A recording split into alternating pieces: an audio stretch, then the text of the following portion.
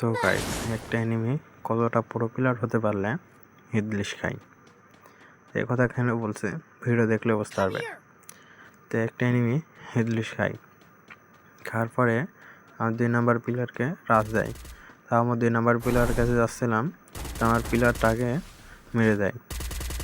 আমি আবার ওর লুট বক্সে হালকা লুট করলাম, করার পরে হিটলিস্ট পিলার দেখে আবারও লাভে আমার সামনে। তা আমি আবার রাশ দিতে যাই, আমার টিমমেট নক করে দেয়, নক করার পরে কিলারও করে দেয়।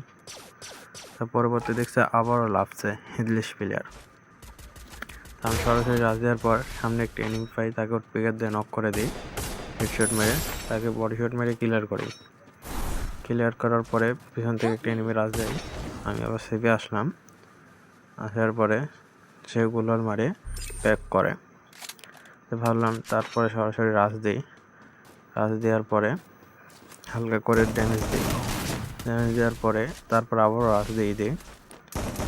রাশ দেওয়ার পরে গোলো না পড়ার কারণে মার খেয়ে যায়।